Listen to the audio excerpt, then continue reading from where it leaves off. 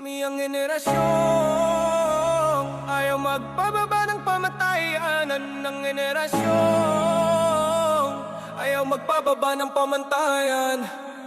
Naniniwala kami sa isang malinaw na prinsipyo. Ang public office ay public trust. Ang kapangyarihan ay hiniram sa bayan. Hindi ito pag-aari, minana o pinalulusutan. Tinatanggihan namin ang korupsyon, katahimikan at ganito na talaga. Pinipili namin ang katotohanan kaysa palusot at pananagutan kaysa kasikatan. Magtatanong kami, makikialam kami, mananagot ang may sala kahit sino pa sila. Walang untouchable, walang dahilan, walang lusot.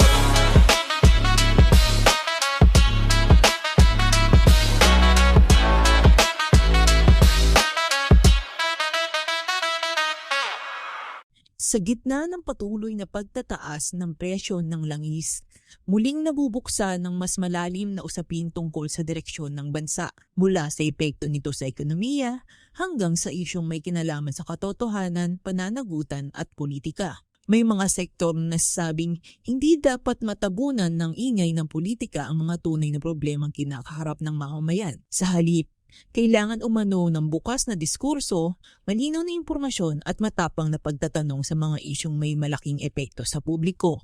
Kasabay nito, umiigting ang mga talakayan tungkol sa accountability at sa mga hakbang na may kinalaman sa impeachment. Mga usaping patuloy na hinahamon ang tiwala ng publiko sa mga institusyon. Ito ang mga isyong ating tatalakayin ngayon dito sa The Agenda Forum. Friends in the media, I will be your host for today, JV Bautista. If you will remember last time, we had an interesting guest here in the Agenda Forum in the person of former Senator Antonio Sani Trillanes IV. Now, in the name of fairness and a balanced reporting, we have invited an equally colorful and interesting personality to be able to present the other side of the picture. Baka naman kasi sabihin ninyo, isang side or aspect lang ang pinapakita natin dito sa Agenda Forum. Now, I would like to introduce our guest. I've known him for a long time because, Mike Defensor cut a very prominent figure in the anti-Marcos dictatorship as a student leader in the University of the Philippines during his student days. We were almost contemporaries, but he is younger than I am. He became congressman in the year 1995 at the young age of 36. And he was one of the so-called Spice Boys who was instrumental, of course you would know, first in the impeachment and later on in the ouster of then-President Erap Estrada. He became a cabinet secretary in 2004 at the age of 45. This is remarkable as a political record, making him one of the most successful student leaders of our generation to advance in traditional politics. However, he ran for senator unsuccessfully, I think twice, in 2007 and 2010. Twice. Once. I'm sorry about that. I was the one who failed in 2010. Okay. He also attempted to become mayor of Quezon City but did not make the cut. But he came back to Congress I think this was in 2019. 2019, when he became a congressman for the party list Anak Kalusugan, which marked his comeback into elected and traditional politics. So, may I introduce, now he is one of the leading resource persons. As you would know, you almost interview him every day because of the controversial matters where he is personally involved in. I'd like to introduce you now to Congressman, Secretary, and then Congressman again, Mike Defensor. Opening statement, Congressman Mike. Thank you so much.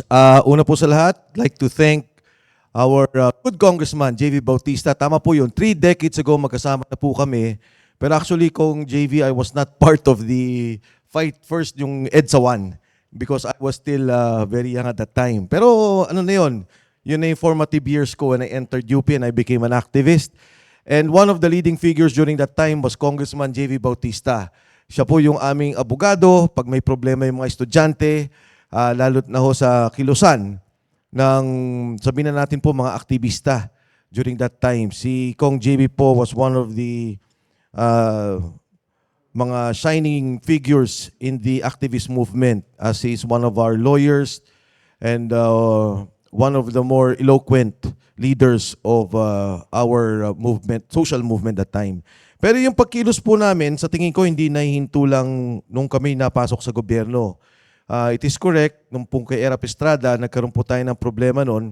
In fact, if you look at the case of Vice President Erap Estrada and kung JV, san lakas yung main group na lumaban at the time, ang kaso po ni President Estrada was 4 billion pesos.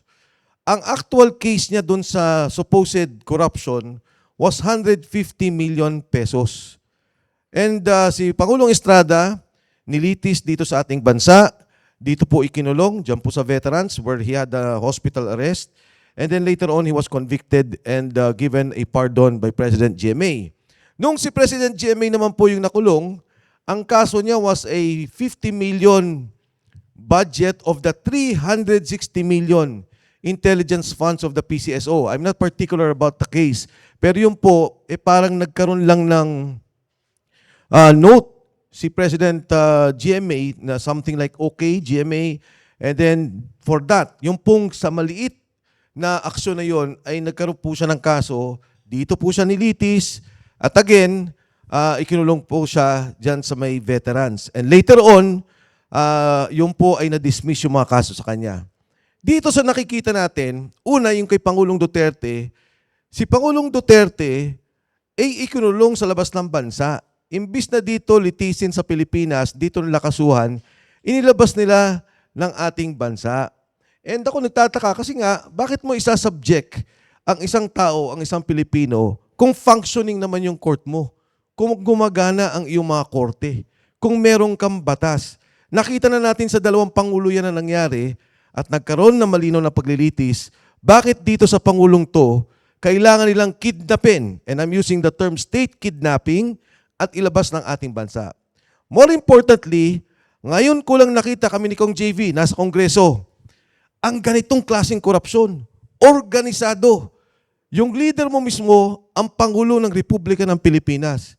Yung henchman niya o yung bataan niya, ang speaker ng ating House of Representatives o si Speaker Martin Romualdez. At ang kumakamada at nag-aayos ng kabuong budget ay si Saldico, Chairman ng Committee on Appropriations. Sabi nila, si Saldico ang mastermind. Sabi nila, si Saldico ang ulo o siyang pinuno ng korupsyon dito sa ating bansa. Ngayon, nagsalita yung 18 Marines. Nagsalita si Godesa. Tao ni Saldico, galamay ng sinasabi nilang pinuno ng korupsyon, pero sinasabi nilang nagsisinungaling. Ayaw nilang tanggapin ang mga sinasabi. So ito yung binibigay ko at nilalahad ko sa inyo lahat. At nagpapasalamat ako sa pagkakataon for Kong JV to have invited me and si Mr. Rivera for have invited me here. Ang ikinalulungkot ko lang ay hindi ako nakapag-quote dahil mas mukhang congressman si Kong JV sa akin. Mas mukhang ako nag-i-interview sa kanya. Salamat po. Okay. Magandang umaga sa inyo lahat. You know, the character of Secretary and Congressman Mike Defensor is that if you give him a microphone, it is impossible to know when he will stop. Talagang magaling siya magpaliwanag. Now, I'd like to go one by one through the comments that you made, Kong Mike, no? Number one, do you really believe in your bones, that former President Rodrigo Duterte would have his day in court here in the Philippines? Do you believe that? And how?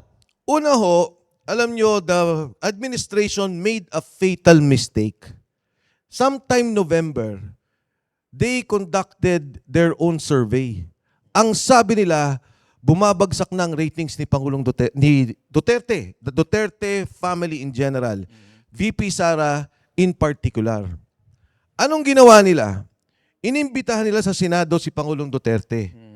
Tumaas yung rating. Inimbitahan nila sa Kongreso. Tumaas ulit ang rating, lalong tumaas.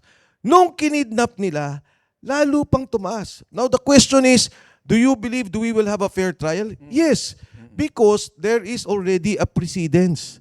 Nangyari na yun kay Erap at the height of his popularity. Mabigat ang ratings ni Erap when he was ousted, when EDSA 2 happened. At doon nangyari na po kay GMA. Na si GMA, as you well know, till the end of his term, had control of the government, control of the armed forces, control of the police. Pero again, it's a question of justice.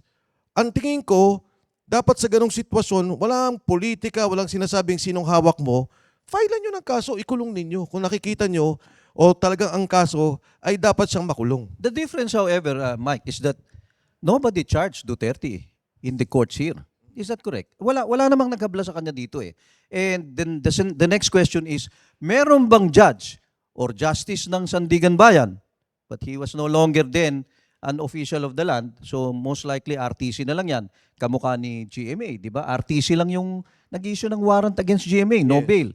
Do you think there will ever be a judge in the Philippines who can issue a warrant of arrest for no bail against President Rodrigo Duterte? Medyo nakakatakot siya eh, di ba? Alam nyo, yung sinasabing bakit walang nagkaso dito, ako din nagtataka. Gumastos sila ng bilyon-bilyon o milyon. Ginamit nila yung mga ICC, sinundo pa nila, pinakain nila, nilagay sa Maida, sa raffles. Well, in fact, pwede nilang ibinuo ang kaso dito. And it happened before. Hindi naman nang inaarihan kay Erap o kay Pangulong GMA. Mag-i-issue ba ng korte ng warrant? Sa palagay ko, kung may sapat na batayan, kahit sinong korte, mag-i-issue ng warrant. Partikular, kung kaya nyo kang kidnapin yung presidente, gamitin ang sandatang lakas, gumamit ng eroplano, ilipad ninyo yung tao. Ito pa magkaso dito, para bang nahihirapan sila? I don't think so. I think, siguro, sa kanilang pananaw, mas mabuti, ialis yan ng bansa, which is wrong. Yun ang pagkakamali nila. Dahil nung ginawa nila yon, nakinuha yung Pilipino, ibinigay sa banyagang korte, iniliti sa banyagang batas, nagalit. Hindi na usapin to ng Duterte, Dilawan ka, Pinklawan ka, Leni Robredo ka. Pero yung taong bayan, nakikita nila na hindi dapat gawin sa isang Pilipino o gawin ang isang kaso ng dahil lang sa politika sa isang Pilipino at sa dating presidente. Okay. Let me ask you this. In the interest of disclosure, no, were you given any appointment during the Duterte administration? Wala akong JV. In Wala. fact, kung nare-recall mo, nung unang nagtakbuhan yan, I was aligned with Speaker. Yes. And then later on, nanalo si Speaker Alan Cayetano. I was the last one who was given a committee. Kasi medyo nagkaroon kami ng... You were a congressman then? Congressman. Di naman kami nag-away ni Alan, pero I was the last one given a committee. Yes. Nung umupo si Speaker Lord Velasco, tinanggal pa ako. Tinanggal, oo. So I was never a favored congressman. Magkaibigan kami ni Pangulong Duterte, pero alam ko naman, hindi naman, para sa akin di ba, hindi naman gano'n na porket magkaibigan kami, kailangan ako gawin mo deputy speaker o bigyan mo ako ng pondong ganito.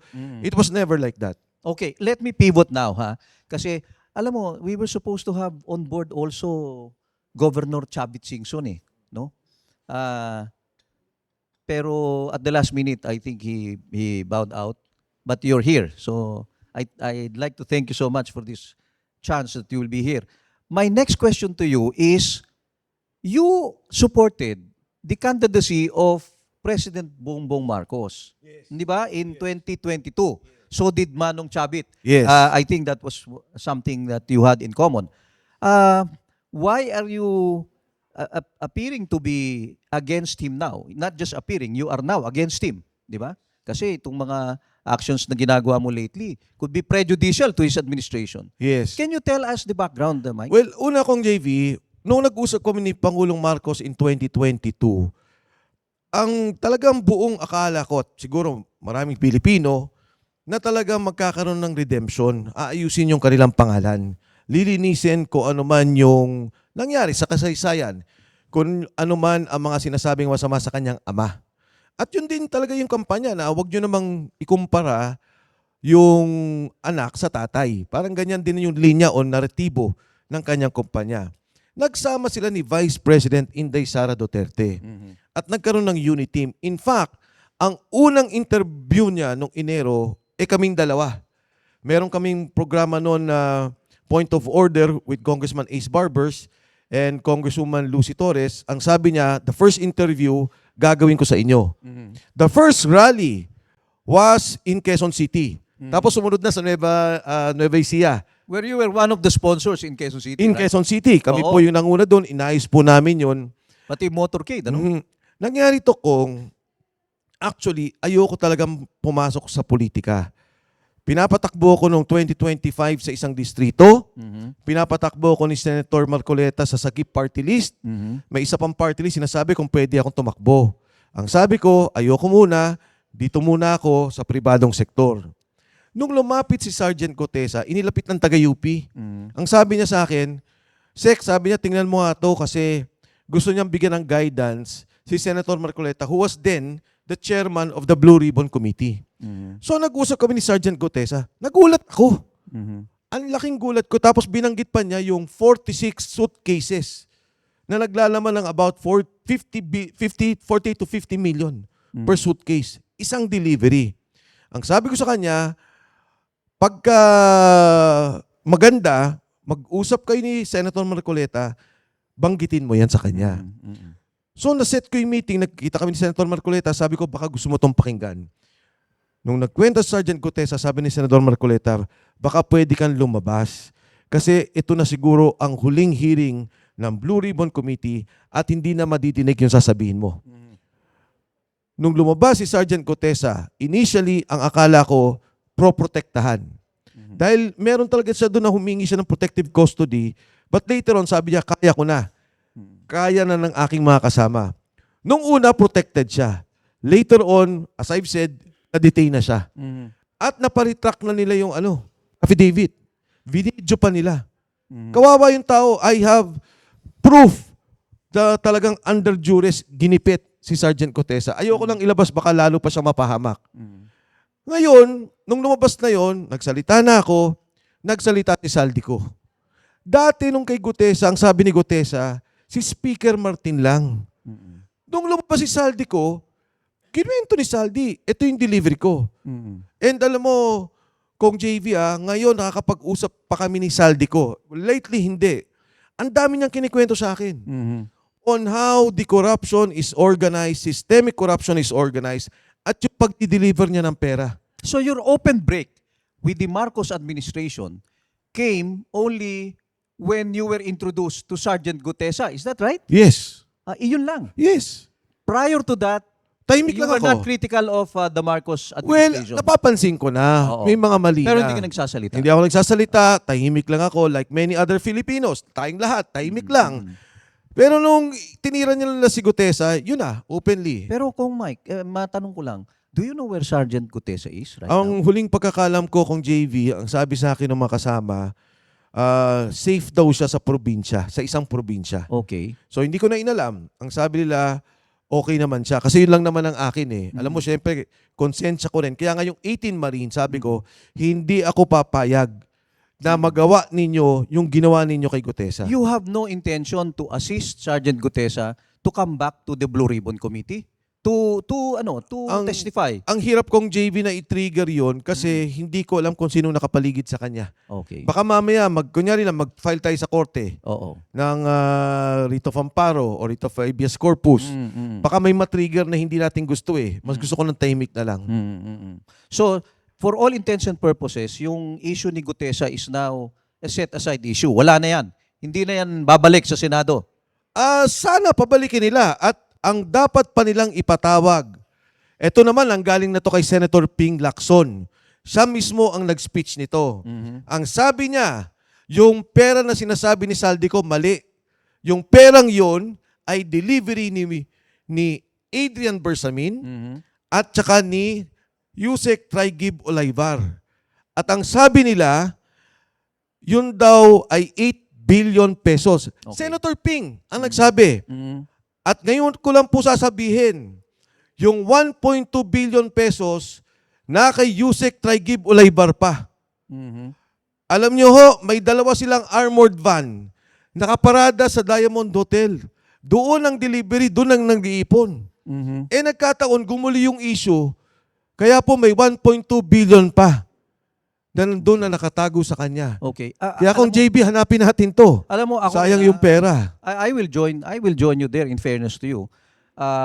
That the executive officials, no, those identified with Malacanang under the executive secretary and the DBM have not even been called by, I don't know if they were called by ICI, o kaya by the Blue Ribbon, pero apparently mga sinesentruhan mga legislators lang, and then yung mga DPWH. I would presume na hindi naman you and I, we serve in Congress, alam naman natin hindi marirelease yung pera na yan kahit na may approval ng congressman kung hindi bibigyan ng Malacanang ng approval yan. So, I join you there. Bakit hindi iniimbestiga ito ng mga Trigib na to at saka sila Bersamin dito sa bagay na to? But Kasi kung have JB, you taken any steps para maano sila? Masama na sila doon sa iniimbestiga?